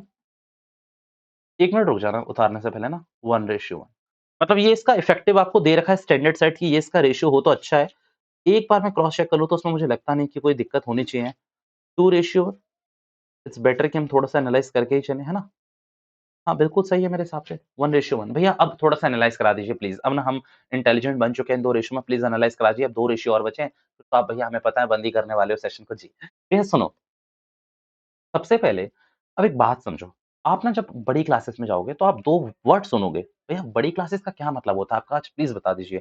जब आप एमबीए करोगे, जब आप कोई फाइनेंस की स्टडी करोगे, जब आप क्या करोगे सीए, सीएस, सीएमए जैसे कोर्स करोगे, आप बीकॉम करोगे, एमकॉम करोगे, भैया यही कोर्स करोगे ऑब्वियसली अगर आप कॉमर्स में हो तो। भैया हमें तो पेंटिंग करनी है, हमें तो राइटर बनना है तो भैया हम नहीं करेंगे ये। अरे भैया वो आपके ऊपर है, बट मेरा काम तो है ना कि आपको फुलफिल नॉलेज देना, क्योंकि मेरे को लगता है जितना मुझे आता है उतना मैं बता देता हूँ आप लोगों को। आप सुनना मेरी बात प्लीज़। आपको पता है क्या है? यहाँ पर वहाँ पर 2 वर्ड सुनने को मिलेंगे, लीवर्ड कंपनी और अनलीवर्ड कंपनी। लीवर्ड भैया वो लीवर वाला नहीं, आपका लीवर्ड नहीं। वो लीवर्ड कंपनी क्या होती है कि जिसमें भैया डेट भी होता है और इक्विटी भी होता है। और अनलीवर्ड कंपनी जिसमें डेट होता है, जिसमें इक्विटी होती है पर डेट नहीं होता। अब समझो। भैया देखो, होता क्या है इक्विटी शेयर होल्डर अपने मालिक होते हैं बिज़नेस के, वो बिल्कुल रियल ओनर होते हैं। जैसे मुकेश अंबानी रिलायंस इंडस्ट्रीज़ लिमिटेड के, आरआईएल के, वो पक्का इक्विटी शेयर होल्डर होंगे और उनकी होल्डिंग्स ना बाकी की मेजॉरिटी से ज़्यादा होगी। मैं ये नहीं कह रहा 51% होगी, 20% होगी, 15 होगी, बट जितना स्टेक्स उन लोगों के पास होगा ना, उतना और किसी पे नहीं होगा। तो इसीलिए कहा जाता है कि जो मेन ओनर है वो तो अंबानी ही है, बाकी उसके बहुत सारे ओनर होंगे। भैया आप जाके बैलेंस शीट एनालाइज़ करोगे ना, तो आपको दिखने को मिलेगा कि रिलायंस इंडस्ट्री लिमिटेड में वैसे एक प्रोविज़न होता है कि जिसके भी 5% से ज़्यादा के वो है ना होल्डिंग्स है, इक्विटी होल्डिंग है, उनका नाम शो करो। तो उसमें आप सबसे पहला नाम पहले तो इन्हीं का देखोगे, मुकेश अंबानी को, फिर उनकी वाइफ का नाम होगा, फिर और उनके बच्चों का नाम है, फिर और भी ऐसे-ऐसे शेयर होल्डर हैं जो आपको नाम भी नहीं सुने होंगे आपने कि ये तो रिलायंस फैमिली से बिलॉन्ग नहीं करते, बट तब भी इसके शेयर होल्डर बने हुए हैं, दैट मीन्स वो मालिक बने हुए हैं। अब सुनना होता क्या है, वो लीवर्ड कंपनी है, उसमें डेट भी है और क्या है इक्विटी भी है। अब समझो, भैया मैंने आपको जब डिबेंचर्स कराऊँगा, अभी मैंने आपको ना डिबेंचर्स डाले नहीं है, मैं डाल दूँगा उसको। जब मैं आपको डिबेंचर्स कराऊँगा तो वहाँ पर एक एग्ज़ाम्पल लूँगा, कि भैया होता क्या है, आप कहोगे कि भैया हमें अगर और पैसा चाहिए तो इक्विटी से ही पैसा लो। पर मैं आपसे कहूँगा कि कोई बात नहीं, कई केसेज़ में ऐसा होता है कि इक्विटी अब हमारी रेज़ नहीं हो सकती, एक्सटेंड नहीं हो रही है, एडिशनल कैपिटल हम नहीं रेज़ कर पा रहे हैं। तो उस केस में आप वहाँ पर क्या करो, डिबेंचर्स ले लो। बट मैं वहाँ पर आपको टैक्स बेनिफिट भी सिखाने वाला हूँ कि भैया क्या होगा अगर आप डिबेंचर्स इश्यू करते हो तो। डिबेंचर्स पे मार्क माय वर्ड्स, एक सिंगल लाइन में कहीं लिख लो, ऑन डिबेंचर्स कंपनी, पहले हिंदी में, डिबेंचर्स पे कंपनी हमेशा टैक्स सेविंग करती है। डिबेंचर्स पे हमेशा कंपनी टैक्स सेविंग करती है। ये मैं अभी आपको जब आईसीआर कराऊँगा यानी कि इंटरेस्ट कवरेज रेशियो तो भी एक्सप्लेन करूँगा, करती है। तो भैया होता क्या है ना, इन दोनों का तालमेल होना चाहिए। ऐसा नहीं कि किसी कंपनी में इक्विटी ही इक्विटी है या फिर किसी कंपनी में डेट ही डेट है। तो भैया होता क्या है, इन दोनों का तालमेल होना चाहिए। तो कंपनीज़ एक्ट ने एक स्टैंडर्ड सेट करा हुआ है कि मान लीजिए पीसीसी लिमिटेड का 1 करोड़ की इक्विटी है, इसके पास 1 करोड़ की इक्विटी है, तो ज़्यादा से ज़्यादा इसको सिर्फ 2 करोड़ के ही डेट इश्यू करने चाहिए। दोबारा से, अगर पीसीसी लिमिटेड के पास 1 करोड़ की इक्विटी है, तो ज़्यादा से ज़्यादा इसको 2 करोड़ के ही डेट इश्यू करने चाहिए। बट व्हाट इफ अगर हम ज़्यादा के करते हैं, तो भैया उस कंपनी का डेट इक्विटी रेशियो पिट रहा है। उस कंपनी का डेट इक्विटी रेशियो पिट रहा है। मान लीजिए 1 करोड़ की इक्विटी पे आप 4 करोड़ के डेट कर रहे हैं, गलत चीज़ है वो। भैया क्यों गलत है? अच्छी बात है ना, आप कह रहे हो टैक्स सेविंग होगी, तो टैक्स सेविंग हो जाएगी। सुनो ना, सुनो, एक बात सोचो, उस कंपनी में इन्वेस्ट जो कर रहा है वो गधे नहीं है। उस कंपनी में जो इन्वेस्ट कर रहा है वो गधे नहीं है। भैया उस कंपनी में वो देखेंगे नहीं जो डिबेंचर होल्डर है कि ये कंपनी सिर्फ डेट से पैसा ही लिए जा रही है। क्यों ले रही है इतना पैसा? आप कहोगे भैया ये तो एक्सपेंड कर रही है। अरे एक्सपेंशन कर रही है तो उसका प्रॉफिट भी तो आ रहा होगा। प्रॉफिट को दोबारा से लगाओ ना बिज़नेस में। आप बार-बार शेयर अपने डिबेंचर होल्डर से पैसा क्यों माँग रहे हो? याद रखना वहाँ फ्रॉड के केसेस बढ़ते हैं। वहाँ पर हो सकता है वो कंपनी आगे जाके इंसॉल्वेंट हो जाए, बिक जाए, तबाह हो जाए और भैया उस कंपनी के शेयर होल्डर मान लो उसमें क्या कर रहे थे? घपला कर रहे थे। बोर्ड ऑफ डायरेक्टर्स क्या कर रहे थे? घपला कर रहे थे और याद रखना जिस कंपनी का ये डेट इक्विटी रेशियो सही नहीं है ना, वहाँ कोई भी डिबेंचर होल्डर ज़्यादा इन्वेस्ट करना नहीं चाहेगा। स्टैंडर्ड रेशियो 2:1 है यानी कि मैक्सिमम डबल तक ही जाओ, उससे ज़्यादा मत जाओ। पीसीसी कंपनी के पास 10 करोड़ की इक्विटी है, ठीक है, 20 करोड़ रुपए तक का आप डिबेंचर उठा लो। 30 करोड़ का उठा रहे हो, 40 करोड़ का उठा रहे हो, तो पहली बात तो कोई स्मार्ट इन्वेस्टर खरीदेगा भी नहीं। जिन्होंने खरीदा है, भैया वहाँ रिस्क ऑफ डूबने का बहुत ज़्यादा है। क्योंकि अल्टीमेटली आप सोचो, आपको पैसा रिफंड कौन करेगा? मालिक। मालिक कौन है? Equity share holder. Equity share holder को कौन करते हैं? भैया इक्विटी शेयर होल्डर को हमेशा जो प्रेज़ेंट करते हैं कंपनी के अंदर, that is BOD, board of directors. एक कंपनी में लाखों शेयर होल्डर होते हैं। भैया यानी कि आप कहना चाहते हो लाखों मालिक होते हैं? हाँ, लाखों मालिक होते हैं। अब लेट्स से मैंने आपको बताया था येस बैंक के मैंने मान लो कि 2 शेयर्स ले रखे हैं। डूबा हुआ हूँ मैं बिल्कुल, मतलब बहुत लॉस में हूँ। आपको पता ही है येस बैंक डूबा हुआ है पूरा। अब मान लीजिए मैंने उसके कितने भी शेयर्स ले रखे हैं, लेट्स से 2 शेयर्स ले रखे हैं। मैं कहता हूँ कि मैं येस बैंक का मालिक हूँ। भैया ऑब्वियसली मैं मालिक हूँ, बट वहाँ मेरी शेयर होल्डिंग बहुत छोटी है। वहाँ मेरी शेयर होल्डिंग बहुत छोटी है क्योंकि मेरे पास सिर्फ 2 शेयर्स हैं। भैया वहाँ पर ऐसे-ऐसे बंदे भी तो होंगे जिनके पास उसके 2 लाख शेयर्स है, 3 लाख शेयर्स हैं, 10 करोड़ की शेयर होल्डिंग है। मेरे पास तो मान लो 1000 2000 की है ना, तो मालिक हर कोई है, बट वहाँ मेरी चलेगी कुछ नहीं। मैं पता है कौन-सी कैटेगरी में आऊँगा? स्मॉल शेयर होल्डर की कैटेगरी में। ये सब बातें मैं आपको बता रहा हूँ, समराइज़ कर सकते हो तो ठीक है, अदरवाइज़ तो ठीक है। मतलब बस सुनते रहो आराम से बैठ के मूवी की तरह। ठीक है, वो मैं किस कैटेगरी में आऊँगा? स्मार्ट नहीं, स्मॉल शेयर होल्डर की कैटेगरी में, यानी कि बहुत स्मॉल ओनर में। अब भैया यहाँ पर सिंपल मैं एक बार लाइन में बोलूँ, अगर ये 2 रेशियो मेरे अच्छे नहीं है, total assets to debt ratio, debt to equity ratio, तो वहाँ पर कोई भी डिवेंचर होल्डर आपको क्या करेगा? आपकी कंपनी में इन्वेस्ट नहीं करेगा। इन्वेस्टिंग पॉइंट ऑफ व्यू से हर कोई डरेगा आपकी कंपनी से। अगर आपका डेट इक्विटी रेशियो ज़्यादा आ रहा है और आपका total asset ratio, total assets to debt ratio 1:1 आना चाहिए। भैया इसका क्या मतलब है देखो, यहाँ पर मैं आपसे कहता हूँ कि मेरी total assets let's say 5 crore है। कितनी है? 0 के पीछे बढ़ रहा हूँ। 5 करोड़ है। तो भैया मैक्सिमम मुझे डेट भी कितने ही इश्यू करने चाहिए पता है? कितना उधार लेना चाहिए मुझे? 5 करोड़। अब भैया आप कहोगे ये तो पॉसिबल ही नहीं है। देखो कई बच्चे ना क्या होंगे यहाँ पर ओवर स्मार्ट बनेंगे, मतलब ओवर स्मार्ट क्या मतलब ओवर दिमाग लगाएँगे। वो कहेंगे कि भैया देखो टोटल एसेट्स में तो आपका 5 करोड़ आ गया। How can this even possible कि आपका डेट ही सिर्फ 5 करोड़ का रह जाए? भैया ये वैसी कंपनी होगी ना जो इक्विटी से पैसा लिया ही नहीं होगा इसने।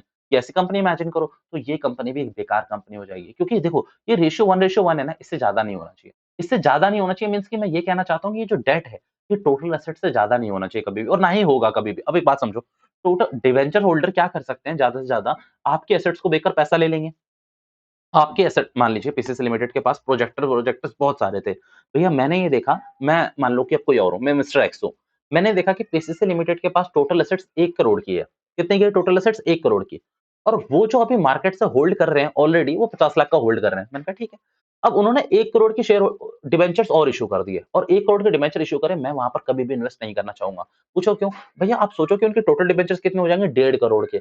और उनकी टोटल एसेट्स ही अगर 1 करोड़ की है और अगर हम ये 1.5 करोड़ के डिबेंचर होल्डर को वो पैसा नहीं दे पाता और हम उसकी एसेट्स को बेचते हैं, पूरी 1 करोड़ की एसेट्स को बेचते हैं, हमें क्या मिलेगा? हमें तो कुछ भी नहीं मिलेगा ना, उसमें कहीं न कहीं 1.5 करोड़ वालों को 50 लाख का लॉस होने वाला है। तो भैया डिबेंचर्स कितने मैक्सिमम इश्यू होने चाहिए जितनी आपकी टोटल एसेट्स हैं। भैया ये आपने क्यों बोला कि ज़्यादा होना चाहिए, कम होना चाहिए? देखो ज़्यादा कम के चक्कर में मत पड़ो। आप समझो कि टोटल एसेट्स हमेशा क्या होनी चाहिए? डेट से ज़्यादा होनी चाहिए, ज़्यादा होनी चाहिए। ये रेशियो बढ़ना चाहिए, यानी कि 2:1 हो, 3:1 हो तो अच्छा है। बट ऊपर वाला रेशियो वो बढ़ना नहीं चाहिए। भैया डेट इतनी ज़्यादा भी ना हो जाए कि वहाँ पर प्रॉब्लम क्रिएट हो जाए। अभी आप कहो कि भैया डेट आपका 3:1 है, 4:1 आ रहा है, तो भैया इतनी ज़्यादा लेके भी क्या करोगे? जब आपका प्योर रेशियो 2:1 है, तो इसको मैनेज करने की सोचो। इसको मैनेज करने की सोचो। और एक बात बोलूँ, आपका इंटरेस्ट कॉस्ट भी तो आपको देखना है ना। अगर आप डेट को इश्यू कर ही रहे हो, आप कह रहे हो कि मैं धड़ल्ले से डेट को इश्यू करूँगा, मैं 4:1 मानूँगा, तो भैया आपका डेट का इंटरेस्ट भी तो जाएगा और बाद में फिर इनको मिलेगा क्या? तंबूरा, तंबूरा मिलेगा इनको। भैया क्योंकि आप समझो, अभी मैं आपको आईसीआर जब कराऊँगा ना, तो मैं बताऊँगा कि पहले इंटरेस्ट पे होता है, फिर टैक्स पे होता है,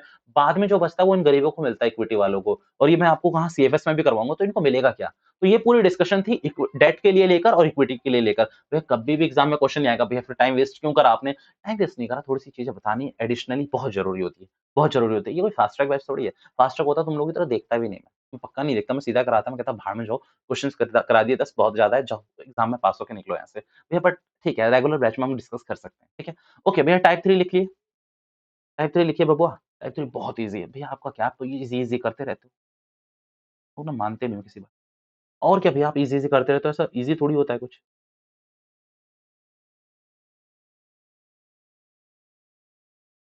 proprietary ratio, proprietary ratio, okay.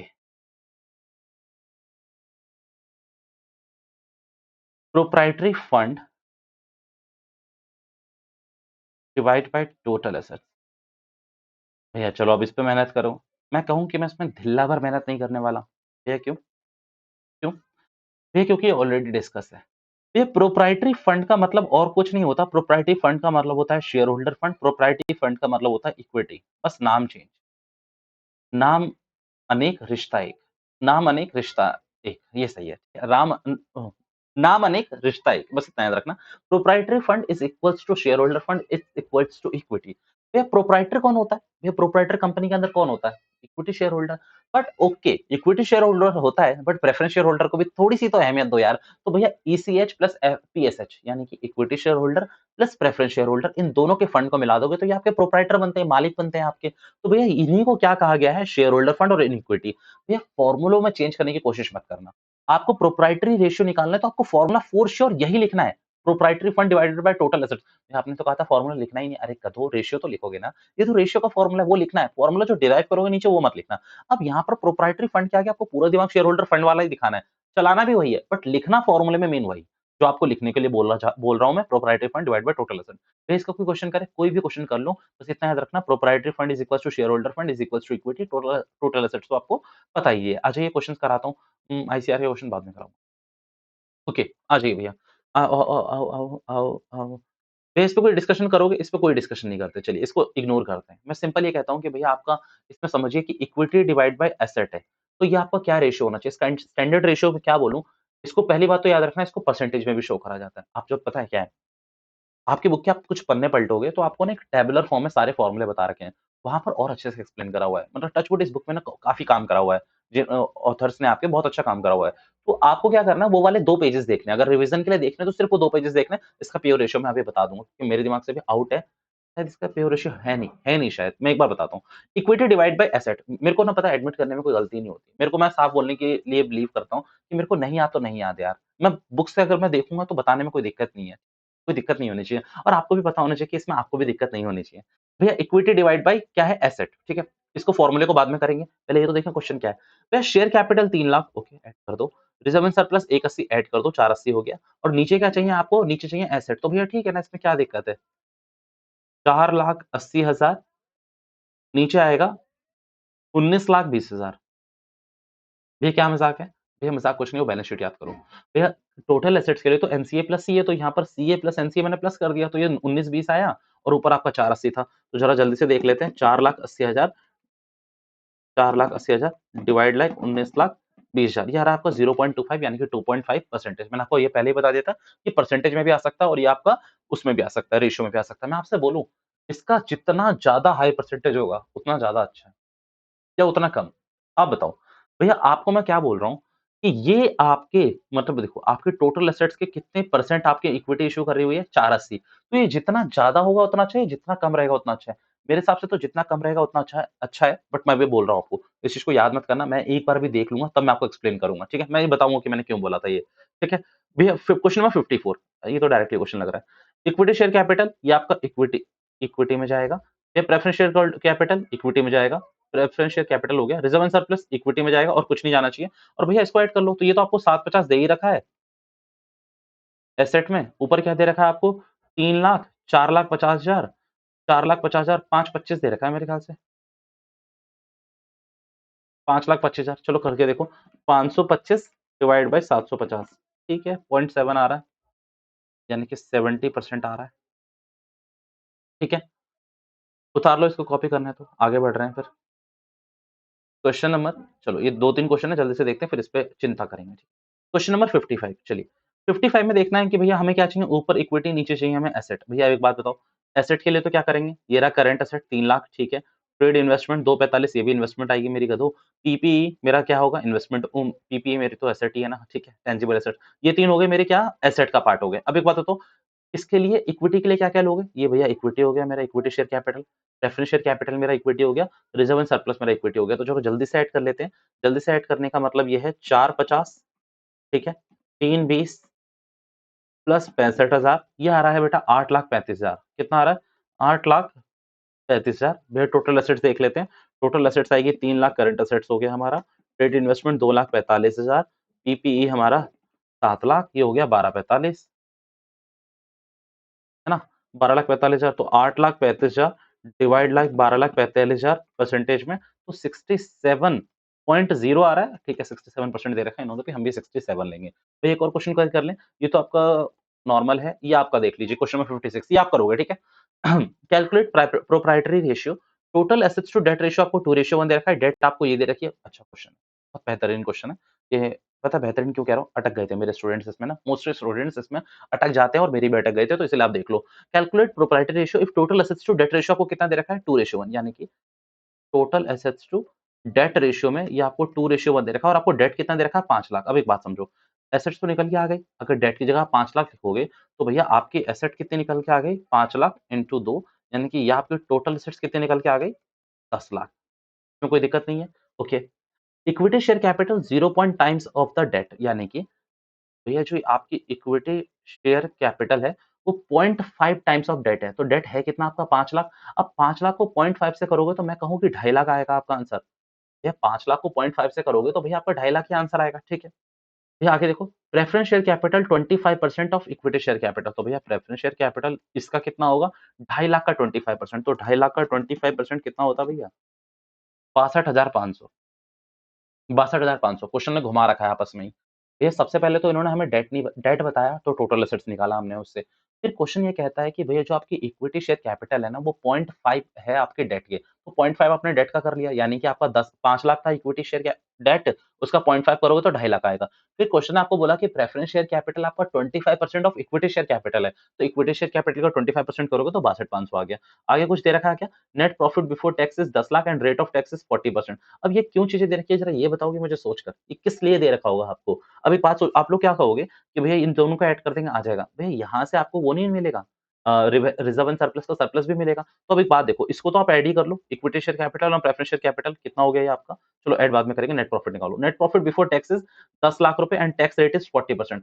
अब एक बात बताओ, आप जो रिजर्व एंड सरप्लस में प्रॉफिट एंड लॉस अकाउंट लेके जाओगे, वो टैक्स के बाद लेके जाओगे। तो एक काम करो यहाँ पर जल्दी से पहले आप टैक्स को माइनस कर लो। तो 10 लाख में से 40% माइनस करोगे तो यानी कि 60% बचेगा।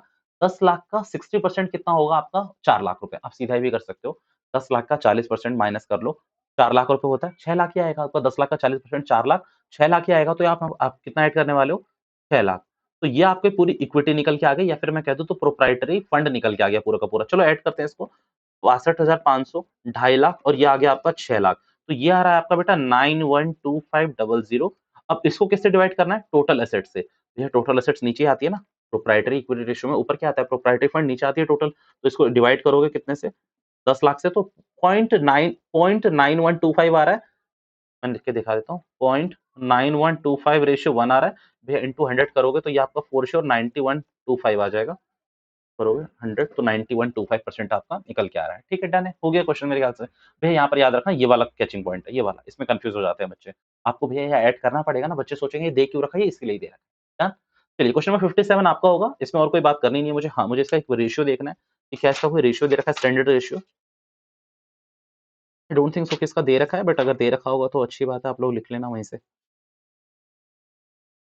क्वेश्चन नंबर प्रोप्राइटरी फंड, इसका कोई प्योर रेशियो नहीं है बच्चों।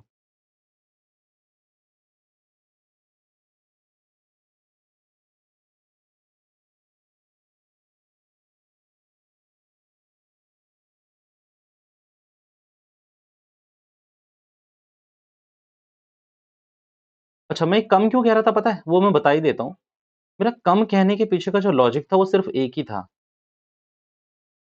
कि भैया देखो, प्रोप्राइटरी फंड आपका होता है इक्विटी शेयर कैपिटल। तो ये आप हमेशा क्या चाहोगे, ये या तो टोटल एसेट से कम हो या फिर उसके बराबर हो।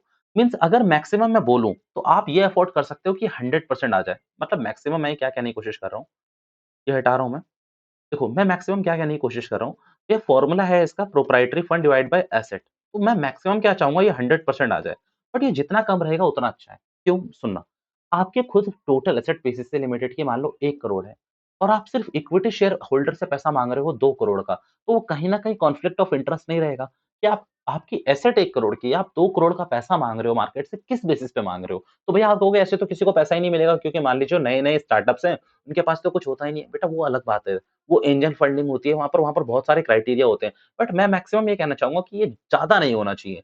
100% तक है तो ठीक है, उससे कम रहे तो ज़्यादा बेटर है। और हाँ, ज़्यादा कम भी नहीं होना चाहिए क्योंकि इक्विटी शेयर कैपिटल तो मुझे कुछ परसेंटेज चाहिए ही चाहिए ना।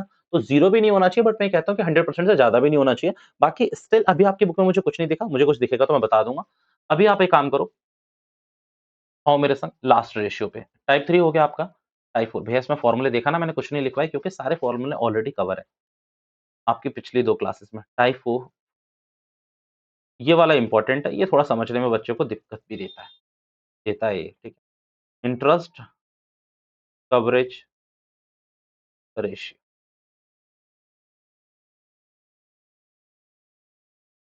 Net profit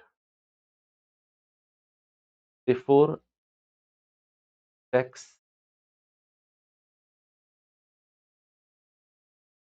and interest divide by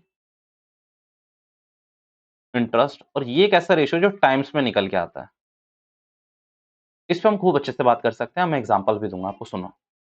ये मान लीजिए पीसीसी लिमिटेड ने 10 लाख रुपए का कोई लोन ले रखा है। 10 लाख रुपए का लोन एट द रेट 10% पे हमने लोन ले रखा है, ठीक है? और जो हमारा नेट प्रॉफिट आया था, वो बिफोर टैक्स ही मान लो अभी बिफोर टैक्स, बिफोर इंटरेस्ट जो इस साल का बस नेट प्रॉफिट प्योर आया था, वो मैं कहता हूँ आपसे कितना निकल के आया, वो निकल के आया 20 लाख,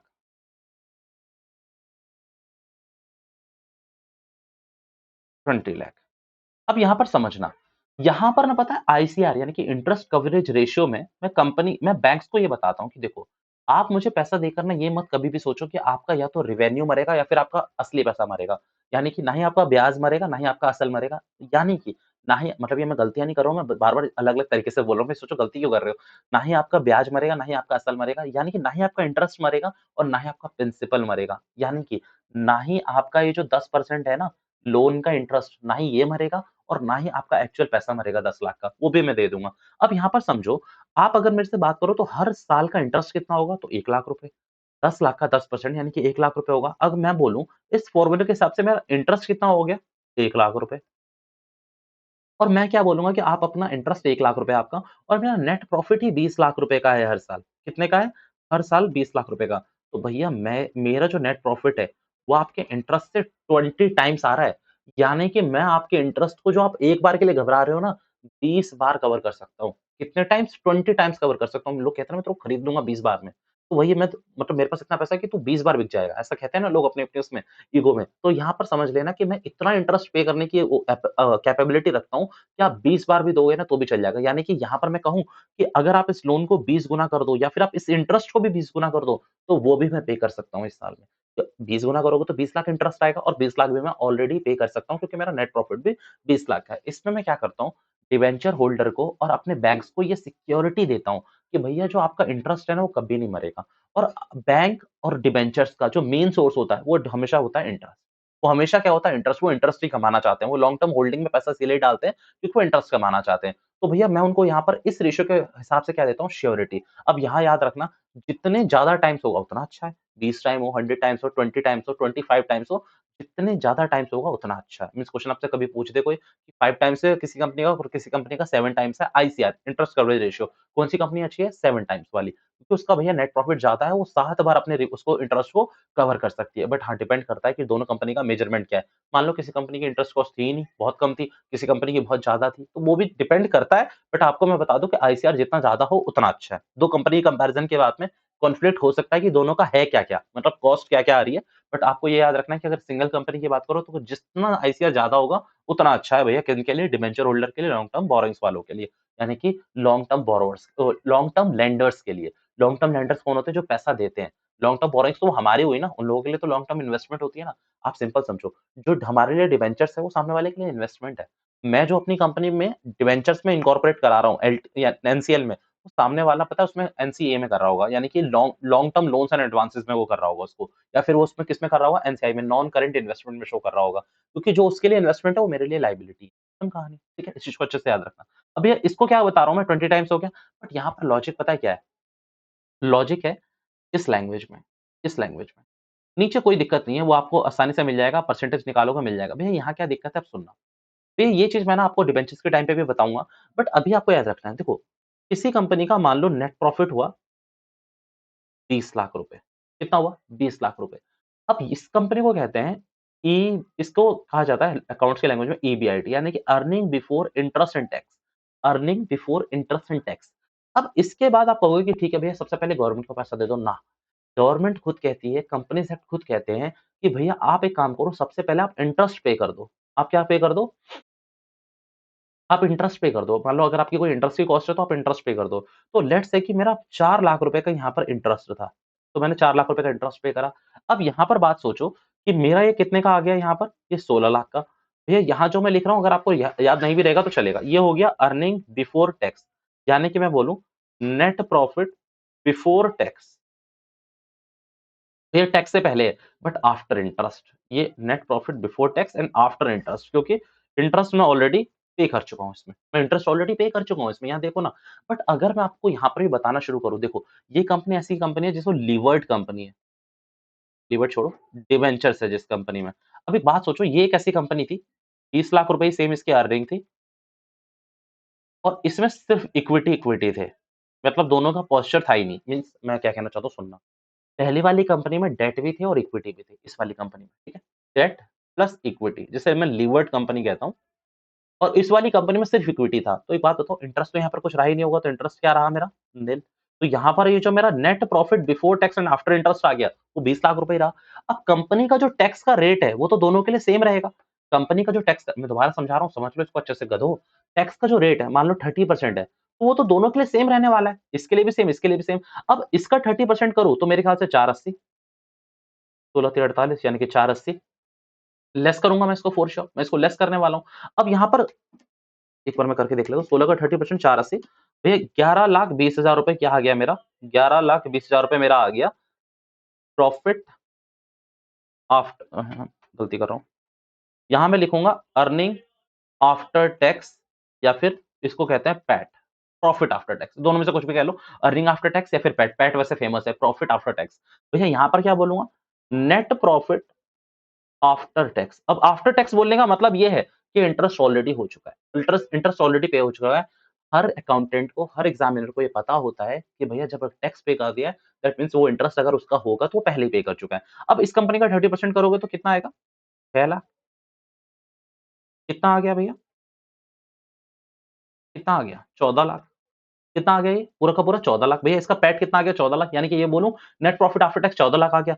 भैया अगर आप थोड़ा-सा आधी आँख खोल के देखोगे, मतलब एज़ अ एनालिस्ट आप आधी आँख खोलोगे, आप कहोगे ये कंपनी बहुत बढ़िया है, ये कंपनी बहुत बढ़िया है, इसमें 14 लाख का आपका नेट प्रॉफिट आया, और ये कंपनी बहुत बुरी है, इसमें 11,20,000 रुपए का आपका नेट प्रॉफिट आया, बहुत बुरी कंपनी है, ठीक है? बट अगर मैं आपको एनालाइज़ कराऊँ एक और चीज़, अगर आप अपनी पूरी आँखें खोलोगे तो, पक्का प्रॉमिस कर रहे हो पूरी आँख खोल रहे हो? यहाँ पर आपका जो टैक्स पे करा है वो कितना है? 480। यहाँ पर जो आपने टैक्स पे करा है वो कितना है? 6 लाख रुपए। आप समझ रहे हो कि 1,20,000 रुपए आप गवर्नमेंट को बेवजह टैक्स पे कर रहे हो। 1,20,000 रुपए आप गवर्नमेंट को बेवजह टैक्स पे कर रहे हो। यही वर्ड मैं कह रहा था, टैक्स सेविंग किसके वजह से हुई है? इसके वजह से। इसके वजह से। क्योंकि देखो इस 4 लाख का 30% करो, ये 4 लाख अगर माइनस नहीं होता तो 1,20 ही आ रहा है, 4 लाख का 30%।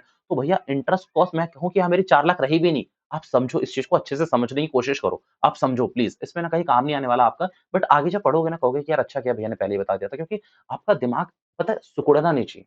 अब उसे इलैबोरेट करो, बड़ा करो। अब यहाँ पर समझो इस 4 लाख का 30% करोगे तो 1,20 ही आता है, और यहाँ पर आपने 1,20 ही टैक्स ज़्यादा पे करा है, या फिर मैं यूँ कह लूँ इस वाले केस में 1,20 ही मैंने टैक्स कम पे करा है। तो आप सोचो ना, ये मेरी इंटरेस्ट 4 लाख नहीं है। ये मेरा इंटरेस्ट तो 1,20,000 कम करना पड़ेगा ना मुझे, क्योंकि ये मेरी टैक्स सेविंग है भैया। 4 लाख का मैंने इंटरेस्ट पे करा, बट अगर ये इंटरेस्ट पे नहीं करता तो मेरे को 1,20 ज़्यादा टैक्स पे करना पड़ता। तो भैया पहली बात तो मेरा इंटरेस्ट भी कॉस्ट में कम पड़ गया, क्योंकि अगर मैं देखूँ नेट इंटरेस्ट तो वो कम हो रहा है। कम हो रहा है क्योंकि इंटरेस्ट मेरा टैक्स सेविंग करके दे रहा है। अब आप कहोगे भैया अल्टीमेटली हम क्यों देखें? हम तो ये देखेंगे ना कि भैया ये पैट कितना आ रहा है? इसका 11-20 आ रहा है, इसका 14 लाख आ रहा है, हम तो 14 लाख वाले में खुश हैं। गधों! इसी को बड़े पैमाने पे सोचो। अगर बड़े पैमाने पे आपका नेट प्रॉफिट आ रहा होता, मान लो यहाँ 16 करोड़ होता और यहाँ 20 करोड़ होता नेट प्रॉफिट, तब क्या करते आप लोग?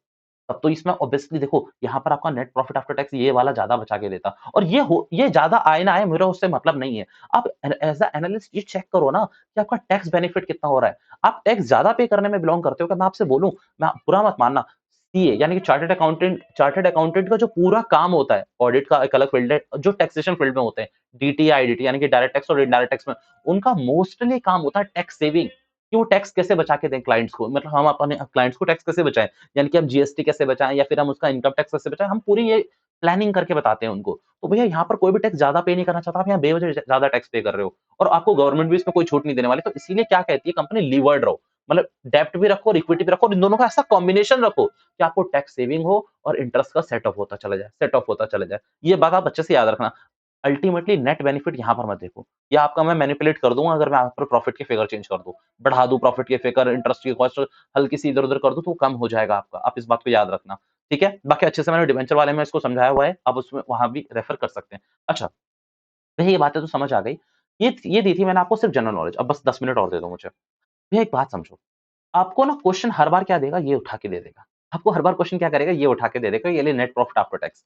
आपको कहाँ पहुँचना पड़ेगा? यहाँ पर, यहाँ पर। तो अब यहाँ पर ध्यान से सोचो, 11-20 में आपको क्या ऐड करना पड़ेगा? तो आप कहोगे भैया आप ऐड करोगे 480, पहले आप टैक्स ऐड करोगे, और जैसे ही टैक्स ऐड करोगे तो भैया क्या आ जाएगा, net profit before tax and after interest, यानी कि 11-20 में 480 ऐड करोगे तो 16 लाख आएगा, और 16 लाख में फिर आप ये क्या इंटरेस्ट करोगे, क्या ऐड करोगे? इंटरेस्ट को।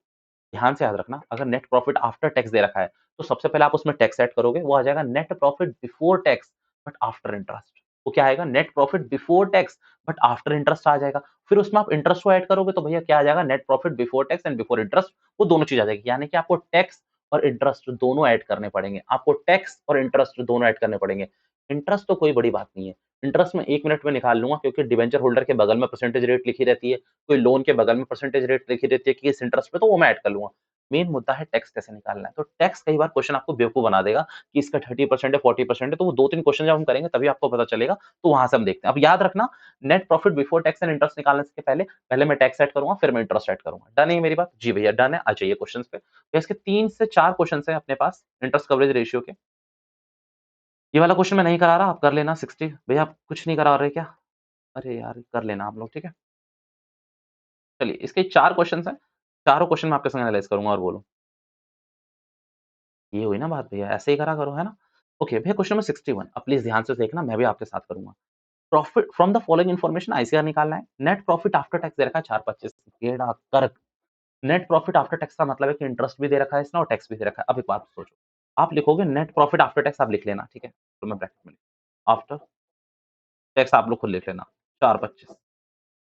आपके मन में आएगा पहले इसमें ऐड कर लेता हूँ टैक्स और फिर मैं ऐड कर लेता हूँ इंटरेस्ट। वेरी गुड, बहुत अच्छी बात। ये आ गया आपका net profit before tax and interest, है ना? यही इतना ही तो करना है आपको। और अब एक बात समझो, ये क्वेश्चन बहुत महान था। ये ला 75, इसने बोला ले बाबू 75,000 रुपए तू टैक्स ले। ले ऐड कर, तू अपनी ज़िंदगी जी, 75,000 ऐड कर। इसने बोला ये ले interest on long term funds, ये आप ऐड कर ले बेटा। आपने कहा भैया ऐसा क्वेश्चन तो अच्छा है ना? मैंने कहा हाँ, अच्छा ही है, बिल्कुल अच्छा है। अब एक काम करो, ये 1 लाख हो गया आपका, और ये आपका 25 और 75 1 लाख, 2 लाख, 2 लाख, और ये हो गया 6 25, है ना? ये आ गया आपका 6,25,000।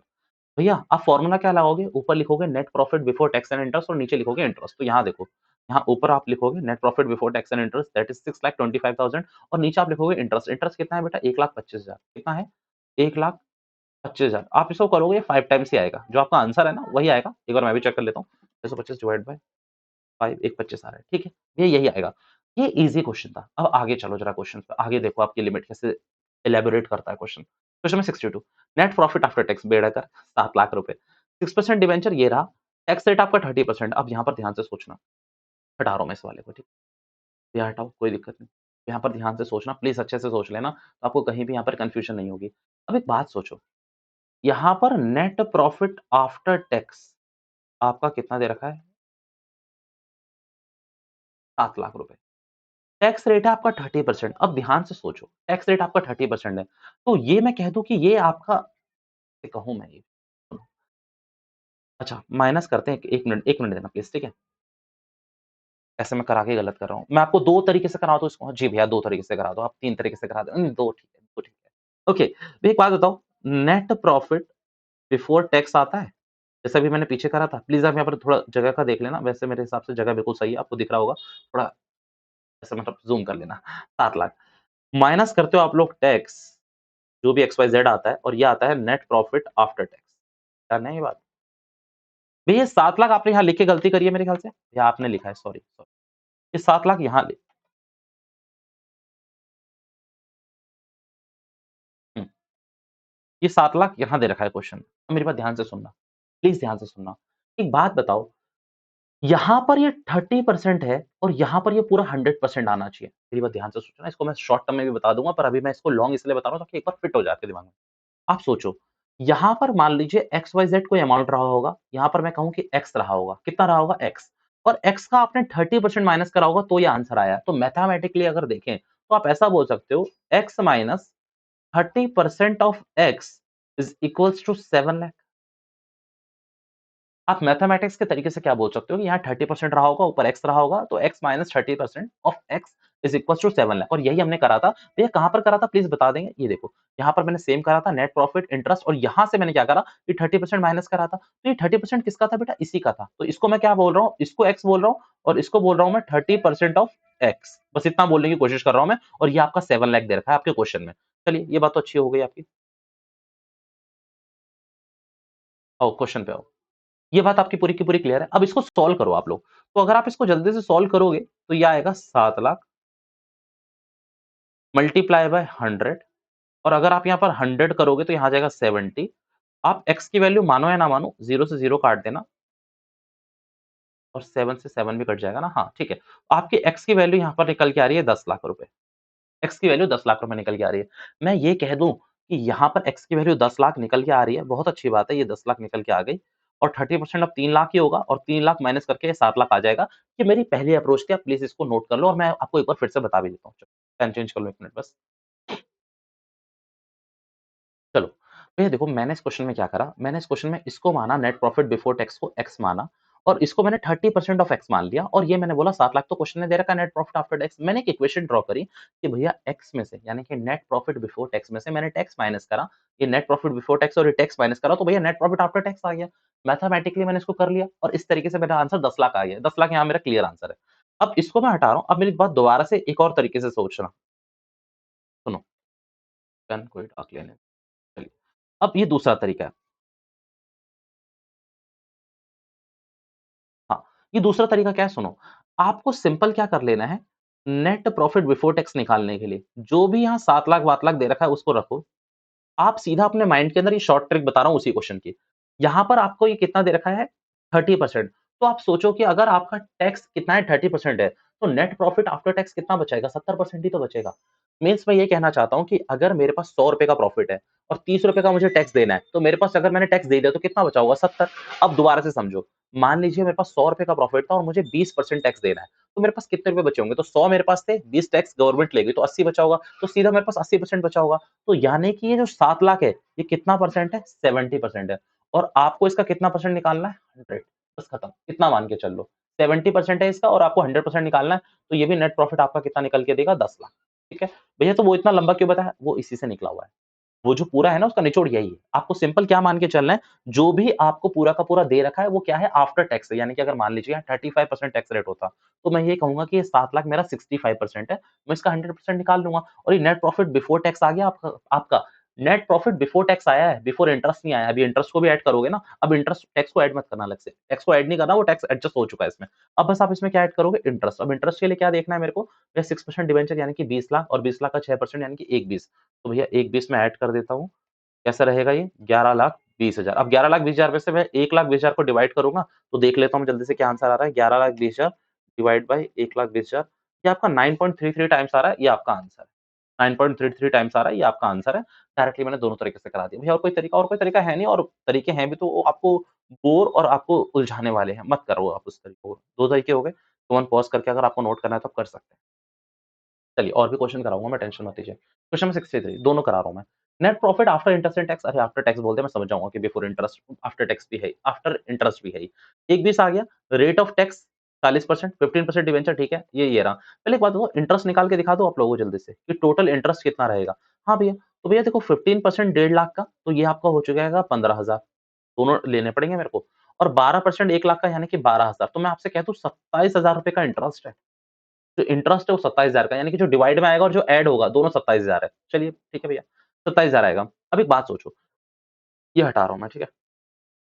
भैया net profit after interest and tax कितना है मेरा? 1,20,000, यानी कि 40% मेरा रेट ऑफ टैक्स था। तो मैं आपसे कहूँ कि 60% होगा और इसका 100% मैं निकाल लेता हूँ। ये 60 होगा और इसका 100% मैं निकाल लेता हूँ, तो ठीक है भैया, मेरे हिसाब से तो वैसे 2 लाख होता है, पर मैं चेक करने में बड़ा लीव रखता हूँ। तो 2 लाख रुपए, ये आपका कितना आ गया? 2 लाख रुपए। ये क्या आ गया बताओगे ज़रा, ये 2 लाख क्या है? 2 लाख रुपए है net profit before tax and after interest. Net profit before tax and after interest, यानी कि टैक्स पे करने से पहले बट इंटरेस्ट पे करने के बाद। तो ये 2 लाख आया आपका, ठीक है? 2 लाख में आप टैक्स ऐड नहीं करना, टैक्स ऑलरेडी एडजस्ट है इसमें। भैया आपको क्या ऐड करना पड़ेगा? 27,000 रुपए। भैया 27,000 रुपए क्यों ऐड कर रहे हो? क्योंकि ये इंटरेस्ट है और नीचे भी कितना? 27,000 रुपए। तो 2 27 डिवाइड बाय 27,000, तो ये आ रहा है आपका 8.407, 8.40, और ये इसका इन्होंने राउंड ऑफ करा हुआ है, कोई दिक्कत की बात है नहीं। डन है ये क्वेश्चन। भैया आप आ जाइए इस लास्ट वाले क्वेश्चन में, नेट प्रॉफिट आफ्टर टैक्स, ये आपका कितना दे रखा है यहाँ पर? 9,000 रुपए। अब यहाँ पर ना सारी चीज़ आपको दे रखी है इलैबोरेट कर करके, नहीं गलत। ये दे रखा है आपको, ये रहा सॉरी, 75,000, और नेट टैक्स कितना दे रखा है? 9,000। तो भैया इन 2 को तो ऐड करोगे ही करोगे, तो 75,000 प्लस 9,000, तो ये बिफोर टैक्स आ गया। भैया इंटरेस्ट कितना है? तो interest on long term banks loans, ये रहा आपका 5,000। और कोई भी इंटरेस्ट है क्या? ये इसका इंटरेस्ट दे रखा है। भैया इसका इंटरेस्ट आपको इग्नोर नहीं करना, इसका इंटरेस्ट आप इग्नोर मत कर देना, एग्ज़ामिनर यही तो चाहता है। तो इसका 10% यानी कि इसका भी 5,000 आपको लेना पड़ेगा। ये मैं क्या कह रहा हूँ सुनो ना। Long term bank loans from bank, तो इसका इंटरेस्ट तो आपको दे दिया अलग से क्वेश्चन ने, क्योंकि यहाँ पर कोई परसेंटेज नहीं दे रखी। बट डिबेंचर का इंटरेस्ट पे साइलेंट है क्वेश्चन। मतलब एग्ज़ामिनर कितना ओवर स्मार्ट बन रहा है ना, तो अपने को और ओवर स्मार्ट बनना है, और यहाँ पर 10% इसका किसका ले लूँगा मैं? 50,000 का। तो 50,000 का 10% ₹5,000 मैंने ऐड कर दिया, और नीचे कितना आएगा? 10,000। 10,000 में से 5,000 इंटरेस्ट उसका है जो लोन मैंने बैंक से लिया है, ₹5,000 मेरा डिबेंचर का है। ऐड करके देख लेते हैं जल्दी से। 75,000 plus 9,000 plus 10,000 divide by 10,000, 9.4 times आपका आंसर आ रहा है, और यही आपका आंसर होना चाहिए। चलिए, चारों के चारों रेशियो मैंने सॉल्वेंसी रेशियो करा दिए हैं। मैं आपसे कहूँ कि अब आपके बहुत हद तक क्वेश्चन्स हो जाने चाहिए। क्वेश्चन नंबर 64 तक मैंने बहुत से क्वेश्चन आपके संग डिस्कस करे, हमने बहुत अच्छा टाइम लगाया।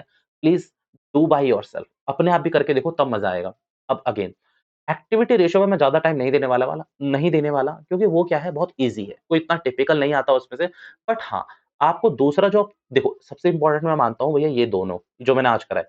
एक्टिविटी रेशियो की थोड़ी मेरी नज़रों में वैल्यू कम रहती है, क्योंकि वो क्या है, बहुत ईज़ी भी है और एग्ज़ामिनर इतना इंटरेस्टेड भी नहीं होता, वो रट्टू वाला काम है, वो हम कर लेंगे। चौथा जो है ना आपका प्रॉफिटेबिलिटी रेशियो, वो थोड़ा-सा इम्पोर्टेंट है, थोड़ा-सा टिपिकल है उसमें 1-2 रेशियो। ज़्यादा नहीं, 1-2 रेशियो बस उसके टिपिकल है। जैसे कि मैं बोलूँ ऑपरेटिंग रेशियो वो थोड़े से टिपिकल हो जाते हैं समझने के लिए। तो वो आपको अच्छे से करने हैं मेरे साथ-साथ, बट अभी पहले आप इनको करो, फिर हम आगे बढ़ते हैं, ठीक है?